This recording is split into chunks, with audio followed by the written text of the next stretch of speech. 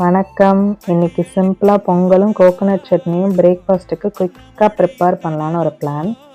அதுக்கு நான் இன்னைக்கு 1½ கப் பச்சரிசி, 1/2 கப் பாசிப்பருப்பு எடுத்துக்கிட்டேன். அதை தனித்தனியாக ட்ரை ரோஸ்ட் பண்ணிவிட்டு தென் அதை வாஷ் பண்ணி குக் பண்ணிக்கலாம்.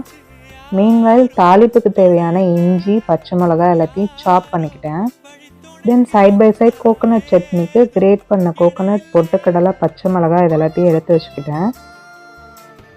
நான் இதில் இஞ்சி ஆட் பண்ணல, உங்களுக்கு தேவைன்னா நீங்கள் இஞ்சி ஆட் பண்ணிக்கலாம்.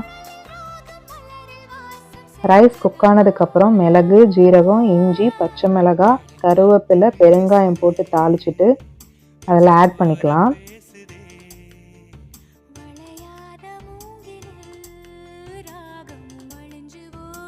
அட் லாஸ்ட் கீயில் முந்திரியை லைட்டாக ரோஸ்ட் பண்ணி அதோட ஆட் பண்ணிக்கலாம். இதோட என்னோட சிம்பிளான பிரேக்ஃபாஸ்ட் ரெடி.